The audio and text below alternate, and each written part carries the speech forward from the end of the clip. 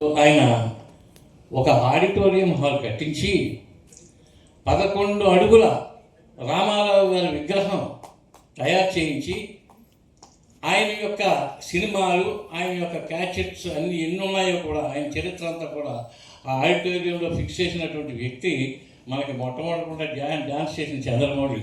ఈయన మీకు పరిచయం చేస్తున్నాను.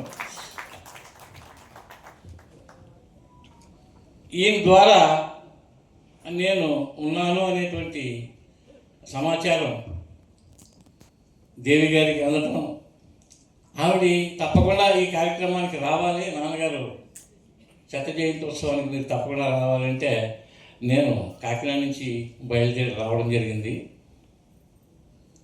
కాకపోతే లవకుశ సినిమా